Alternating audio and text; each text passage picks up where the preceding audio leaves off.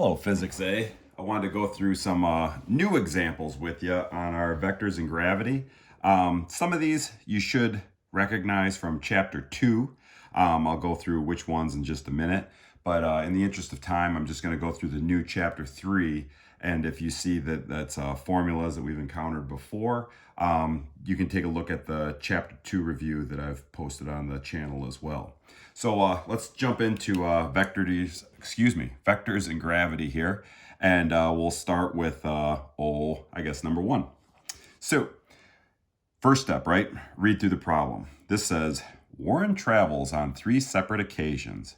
He heads west and covers 5 miles on day 1, 15 miles on day 2, and 30 miles on day 3. Sketch vectors to show his travels and include the resultant vector. Okay, so we kind of have 2 things to do here. We got to sketch our vectors and make a resultant vector. So I hope you're at a spot where the term vectors means something to you. It's going to show magnitude, a fancy word for size, and direction. So our direction here was given west. And as encouraged to put on your cheat sheet, if you have troubles with directions, we've got our little compass here. So that means that all of our vectors should be pointing west. The other thing, that taking care of direction, that we want to account for is magnitude. So I'm not requiring that you get out a ruler and sketch this exactly to scale, but we're going to try to do our best to ballpark that if our first day is supposed to represent 5 miles, so I'm just going to kind of say, all right, that represents 5 miles of travel. And my second day is supposed to cover 15 miles of travel. I want it to really it should exactly, but I want it to be about 3 times the length of what 5 miles would be. So I'm going to say, all right, there's 15 miles. And if this is 30 miles, well, it should either be double this or 6 times that, right? So I'm going to say, okay, there is my 30 miles. Now, with vectors, if they're all pointing in the same direction, easy peasy, add them up.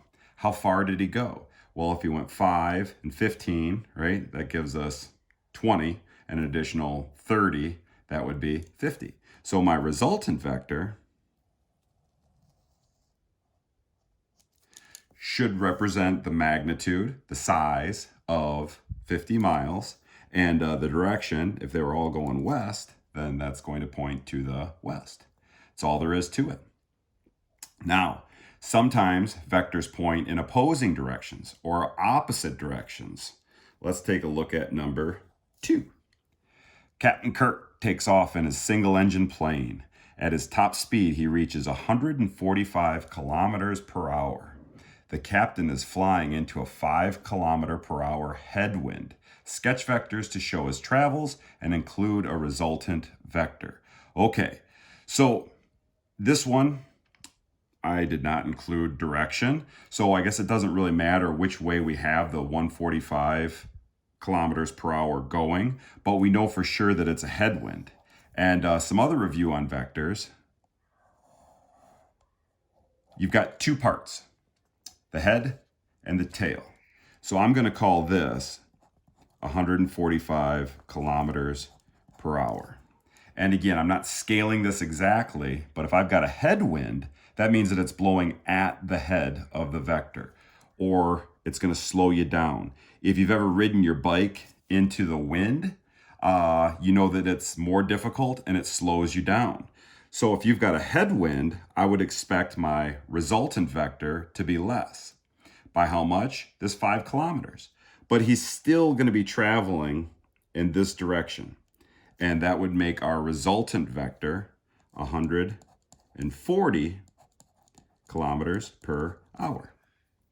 So could you have a tailwind? Absolutely. If you look at some of the other examples on the reverse, it talks about a tailwind. So if you've got a wind blowing at the tail of the vector, then you're going to add them all up. If you've got a headwind, this would be when you subtract them. So if everything's all nice and neat in one row, whether it's in addition or opposition, that's where you add or subtract. If that's confusing, please see me or send me a question and I'll be happy to clarify. The third thing that's kind of new with our vectors calculation is sometimes, like in problem 3 here, you don't have everything line up all together or at opposition where you can just simply add or subtract. So if you've got vectors that are perpendicular to each other, then that's when we have to rely on the Pythagorean theorem. So in number 3, if Tigers baseball legend Miggy Cabrera hits a baseball due west with a speed of 50 meters per second, and the ball encountered a wind that blew it north at 5 meters per second, what was the resultant velocity of that baseball? Sketch and calculate. Okay, so Miggy goes yard, ba-boom, and there's a little wind, right? So let's try to sketch this here. West, 50 meters per second. So I'm going to do my best to just kind of show, all right, well, there's west, and I'm going to call that my 50 meters per second. North wind, whoop, 5 meters per second. So notice that these are perpendicular to each other, and we need to calculate the resultant. And you're more than welcome to have your cheat sheet out when you do this quiz. I'm just referencing it as I don't have one right in front of me here. But if you look on the calculations formulas that I gave you for chapter 3, you should see the old Pythagorean theorem, right? With a squared plus b squared equals c squared. So I plug in my a leg, 50. I got to square it. Plus my b leg, 5, and I got to square it. So 50 times 50, that's going to be 2,500, plus 5 times 5 is 25, and that gives me 25 meters per second. This is where some kids will call it quits, but as I'd mentioned in class, that's squared. A little bit of common sense here. Miggy hits the ball 50 meters per second. A light breeze to the north, 5 meters per second. Do you think that that would accelerate up to over 2,500 meters per second? That doesn't seem right. However, if we get the square root of this, things make a little bit more sense. The square root of 25, I hit my little square root key on my calculator, and I got, this is the way I'm going to round it, 50.25 meters per second. And I'm going to square that off just so I know right where my answer's at, and it makes it easier to grade. So with that being said, does this make some sense? The ball was traveling 50 meters per second, a 5 meters per second wind blew on it. Should it have sped it up a bit? Sure, but nothing like insane. So I'm happy with this answer. If you want to double check, you can go back and go 50.25 times 50.25 or square it, and you should get whatever you got for your C leg. So this is new for chapter 3.